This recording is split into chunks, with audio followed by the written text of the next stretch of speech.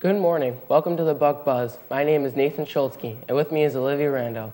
This is our first show for the Buc Buzz, and we are excited to show you important news stories and recent events around our school. Let's get started, Olivia. A lot of student athletes have been busy this fall at OHS. Fall sports regular seasons are wrapping up, and many teams are starting their sectional runs. You never know, maybe one of our own athletes at OHS could be a professional someday. Recently, Zach Caruso and Eli Dandridge put together a highlight reel of professional sports teams. Maybe some of our players at OHS could pick up some pointers from these professionals. Let's take a look. Hello all, I'm Zach Caruso. And I'm Eli. And we're going to talk about your fantasy all-stars from this year's NFL season. Today we're going to kick off the show with the Falcons' second-year running back, Devonta Freeman. Devonta Freeman was drafted 2 years ago from Florida State in the 4th round. His season looked bleak when he missed the whole entire preseason with a hamstring injury. After the preseason, Devonta Freeman rushed into the league and taking the league by storm, leading the league with 10 rushing touchdowns and 505 rushing yards. Now we're off to his highlights. 5 in the secondary. He got away from Simon. He's chased by Clowney, and he finds his receiver, the running back Freeman. Freeman to mark with a block in a big hole. Touchdown, Freeman. 16-yard burst. With 97 through the air and a first down, Freeman. Ooh, another burst, another broken tackle, another Atlanta touchdown. This from 23 yards away.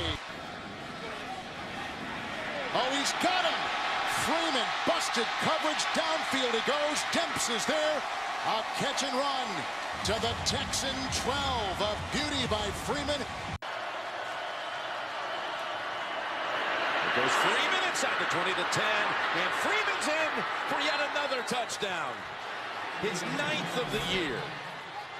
Not too many times. Today we're going to be talking about Andy Dalton and the Cincinnati Bengals, who've been taking the league by storm lately. Currently they are undefeated, and Andy Dalton has been lighting up the charts on fantasy. If you do not have him in your fantasy football league, you should highly consider picking him up. His two main receivers are A.J. Green, which is a 4-time Pro Bowler for the Cincinnati Bengals, and third-year player Tyler Eifert. Bengals looking to stay perfect on the season, welcoming the Chiefs. And here comes Andy Dalton going on top to A.J. Green. 3rd and 9, 5 on the play clock. Dalton fires to A.J. Green on the sideline.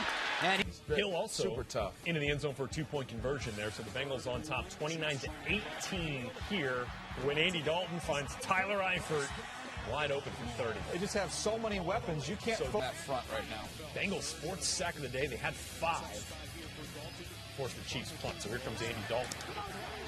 Rolling right. And he's got Brandon Tate, who's not touched. And he dives into the end zone. So give him a score. Heads up play. he makes that catch. Dalton looking deep for Green. He's got separation, and he's got the catch at the 25-yard line. Thank you for watching. Tune in next week for more. Wow, Nate, they're really good. Yeah, they are. Do you know what other team is really good? I do. The girls' varsity volleyball team is playing really well this season. Recently, Billy Green and I attended one of the girls' volleyball games against Central Square. Now let's take a look. The Oswego High School girls varsity volleyball team has gotten off to a great start this season. Head coached by Ron Ahart, their overall record is 8-3 and their division record is 4-1.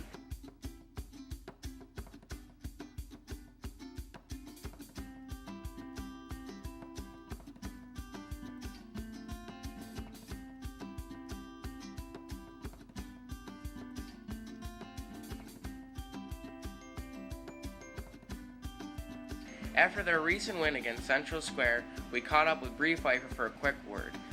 Her thoughts on the season are the team is playing really well. We asked her who the star player was this year, and she said Clara Culleton, and we asked why. Because she gets a lot of kills, she's a team player, and she's always a confidence booster when the team needs it.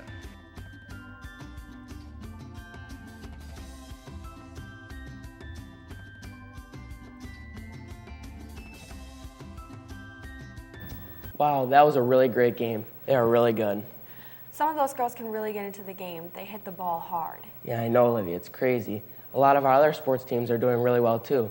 Throughout the past couple of weeks, students on sports teams have had their senior nights, including those who play for the girls and boys volleyball team, the boys golf team, the girls and boys soccer team, and the boys' football team. Family and friends come to support their kids and friends to share the important night with them. I think it's amazing how so many teams can come support each other on such a special night. Yeah, it's pretty cool. But I was also thinking about how much OHS has had an impact on the Oswego community as well. Recently, Dylan and Jesse caught up with Miss Button to see what she thinks about OHS and how it's changed throughout the past couple of years.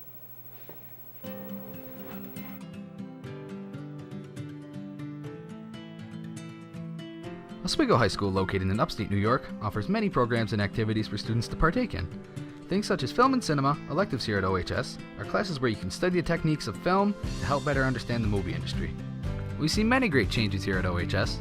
We've seen teachers come and go, some of our favorite classes get cut, and some new ones added in. We met up with a teacher who's seen these changes happen, and here's what she had to say.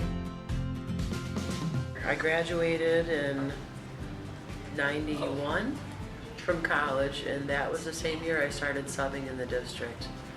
And I subbed here, subbed in Mexico, Red Creek, all different areas, all different school districts. But this was the place I wanted to work. It was the School of Excellence. So what has changed in the high school? Our reputation. We've lost money, we've lost programs. That makes me sad. A lot of the stuff that I got to do in high school as a student here and that kids got to do because of the money and the programs and the funding and the taxes we had, you guys don't have those programs anymore. You don't have those opportunities. There have always been artists that have come out of Oswego, musicians, anything in that arena. It doesn't mean that we don't have mathematicians or people that do science and all that type of thing. It was something that was a really very prideful experience. I was proud of it.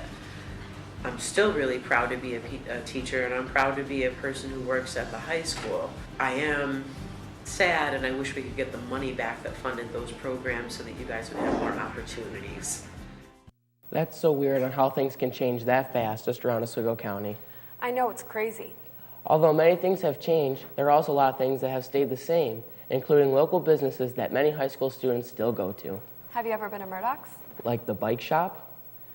Yeah, I think I've been there before. It's pretty cool. They have a lot of neat things there. Now let's take it over to Cole Sherliff and Nate Green, who recently caught up with Ben, the owner of Murdocks.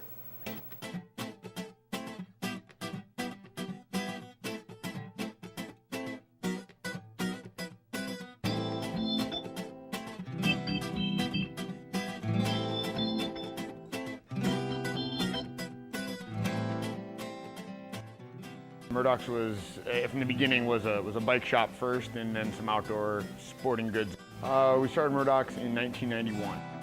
Murdocks has grown since we started from a 600 to 800 square foot shop to now we have a 4,000 square foot showroom, carrying a lot more than just bikes. Now we do a lot more winter clothing and hiking boots, trail shoes, some water sports, camping equipment, skateboards. Well, Murdoch was my Labrador Retriever when I was a kid, so we basically just took a dog and a bike wheel and combined them into a logo. That's basically built off almost like a stencil, a photograph of my dog, and a local artist and sign maker, Howard Rose, helped us out with that back in '91. This building years ago was the original Oswego hardware store. Over the years, it's been several other things. Most recently before us, it was Goldberg's Furniture Store, which had all 4 stories of the building were taken up by them. That was about a 35-year long stretch. Oswego didn't have a bicycle shop before Murdoch started. The previous one before that was in the 70s, early 80s. Actually, my father had that shop back in the day. I don't require a degree. I mean, having some sales and mechanic experience is always helpful, but no degree necessary to work it. Beyond bikes, we sell outdoor gear, anywhere from hiking boots to some camping supplies, skateboards, scooters, sunglasses, snowshoes, just a mix. I mean, we're predominantly a bicycle shop, but we do a little bit of everything else. For more information, please visit www.murdocksports.com. Wow, I knew they had a lot of things there. I just didn't know there was that many bike supplies. Yeah, I knew they had a lot of bike stuff, but I didn't know they had outdoor materials too. Well, Murdocks is open year-round, but it might be a while until people purchase bikes since the snow started early this year. I know, did you see it this weekend? It was crazy, and the temperature is freezing. And according to the Farmer's Almanac, it looks like this is only the start of another cold and snowy winter. Looks like all of us will have to bundle up and keep warm. Well, that's all for this week's show. Tune in next week to our next edition of the Buc Buzz. Remember to stay warm and have a great week.